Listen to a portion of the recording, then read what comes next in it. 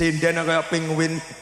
Nggih, Bapak Ibu, kalau mau Mbak Afi sampun ngaturaken tetembangan katur kagem sedayanipun ingkang sami rawuh dan juga saya ucapkan selamat malam, selamat menyaksikan yang berada di jauh sana lewat streaming Niken Salindri Family. Saya ucapkan selamat malam, sugeng mirsani pagelaran campur sari Mayangkara pada malam hari ini pentas di Kebun Doro nggih.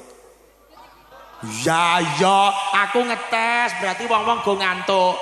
Lah kok aku muni Kebun Doro kabeh muni kedung. Pokoknya sing ngarep kedung. Kedung.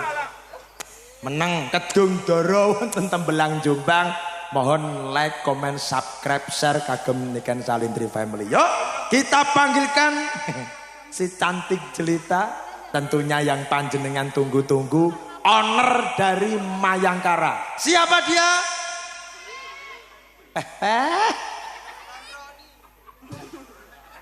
Owner dari Mayangkara. Siapa dia? Soleh barangnya. Soleh Pak.